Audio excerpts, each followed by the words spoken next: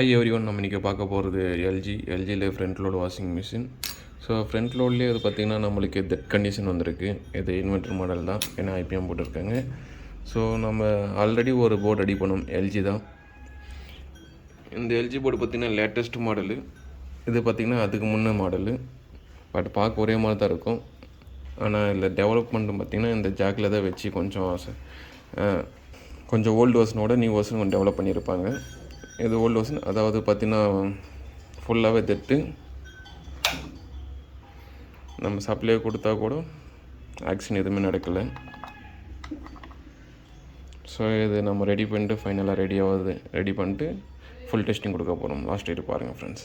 So ஃபைனலாக எதுக்காக வந்து இந்த போர்டு ஆனவில் பார்த்திங்கன்னா ஃபுல்லாகவே மாய்ச்சர் ஆகிருக்கு. எதனால் மாய்ச்சர் ஆயிடுச்சுன்னு தெரில. இத்தனைக்கு மேலே குளு போட்டிருக்காங்க, அந்த குழுக்குள்ளேயும் தண்ணி போயிருக்கு. அந்த தண்ணினால் பார்த்திங்கன்னா இந்த எல்லாமே எஃபெக்ட் ஆகிருக்கு. ஜாக்கில் இருந்து மொத்தமே ஃபுல்லாக காலி. இந்த எல்இடி எல்லாமே காலி. ஸோ ட்ராக்குமே காலி. ஸோ இதெல்லாமே நம்மளால் ரெடி பண்ண முடியுமா பார்க்கலாம். ரெடி பண்ணி முடிஞ்சால் நான் வீடியோ போடுறேன். ரெடி பண்ணலான்னா வீடியோ போட மாட்டேன், ஏன்னா டேமேஜ்ன்றது கொஞ்சம் ஓவராக இருக்குது. எல்லாமே ட்ராக்கு எல்லாமே வந்துமே ஃபுல்லாக டேமேஜ் ஆகிருக்கு. பட் பவர் போர்டு ஒன்றும் ஆகலை, நல்லா இருக்குது. இது கண்ட்ரோல் போர்டு தான் ஃபுல்லாக டேமேஜ் ஆகிருக்கு. ட்ரை பண்ணி பார்க்கலாம். ஃபைனலாக பார்த்திங்கன்னா நம்ம ஃபுல்லாக அந்த போர்டு ரெடி பண்ணியாச்சு. நேற்று பார்த்தோன்னா இது ஃபுல் டெட் கண்டிஷன் ஆனே ஆகலை. இப்போ ஃபுல்லாக ஆன் பண்ணிட்டோம். ஓகே, ஆன் பண்ணிட்டோம். டிஸ்பிளேல பிஎன் எரர் காமிக்குது. இதனாலலாம் டிஸ்பிளே வந்து நம்மக்கிட்ட வயர் கிட்ட இல்லை.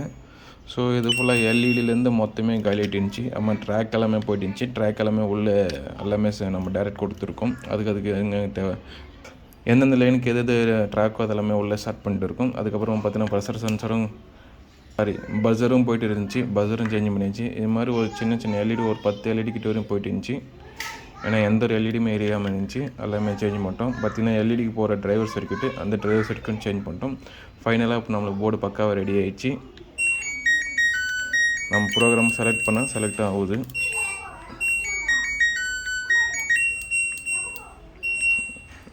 ப்ரோக்ராம் நல்லாவே செலக்ட் ஆகுது.